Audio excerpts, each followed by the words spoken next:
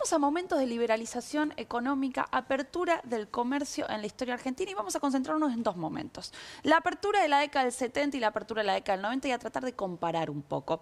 Porque la mayor parte de la historia argentina fue un país proteccionista. En la mayor parte del siglo XX, entre 1930 y 1976, nuestra economía estuvo muy cerrada. Ese proceso se termina o se agota hacia 1976 y en la dictadura empieza con Martínez de Hoz un proceso de apertura comercial. Lo primero que hay que decir de esa apertura comercial es que el objetivo de Martínez de Hoz era frenar la inflación. Bien, y acá voy a retomar algunos de los argumentos que hacen Gerchunov y Liach. El objetivo era frenar la inflación, pero fue una apertura gradual. Es decir, los aranceles a las importaciones se fueron bajando muy gradualmente. El objetivo era que el impacto no sea tan drástico sobre las industrias nacionales e incluso se mantuvieron, por ejemplo, algunos regímenes de excepción, como en el caso de las automotrices, algunos regímenes de promoción industrial y además se mantuvieron algunos cupos a las importaciones. Ahora bien, ustedes me dirán, pero si hubo una avalancha de importaciones en los 70, ¿por qué?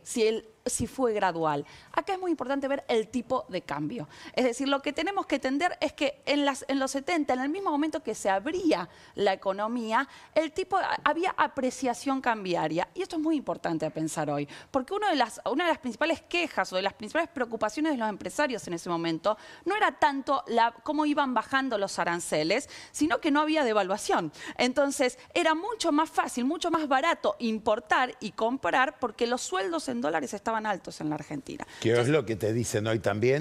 Además te dicen, Brasil acaba de devaluar. Exacto, esto es muy importante porque lo que explicaría la avalancha de importaciones no es tanto la apertura de los aranceles, sino el tipo de cambio.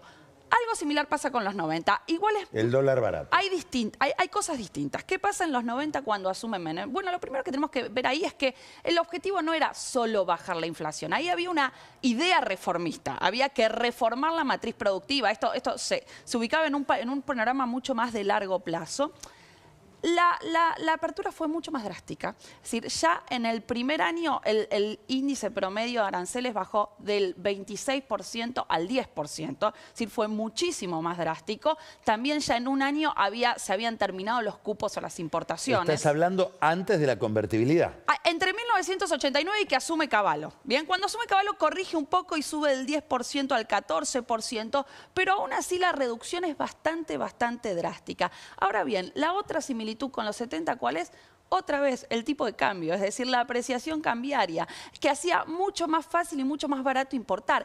Y como la convertibilidad se mantuvo tanto tiempo, es decir, como el gobierno se terminó atando o casando a la convertibilidad, el costo de la apertura fue muchísimo más alto por la cuestión cambiaria. Entonces, esto es muy importante para pensar en la cuestión actual. No solo las cosas que explicaba Pancho, sino también la relación entre apertura económica y tipo de cambio. Esa es una de las principales preocupaciones que podríamos ver. Y hay otra diferencia importante, y esta me la señalaba hoy Pablo Gerchunov, me decía, ojo, que hoy la economía es menos productiva que en los 70 y en los 90. Y eso también puede presentar más dificultades a la hora de pensar la apertura económica, la productividad. Excelentes. Gracias, Ana.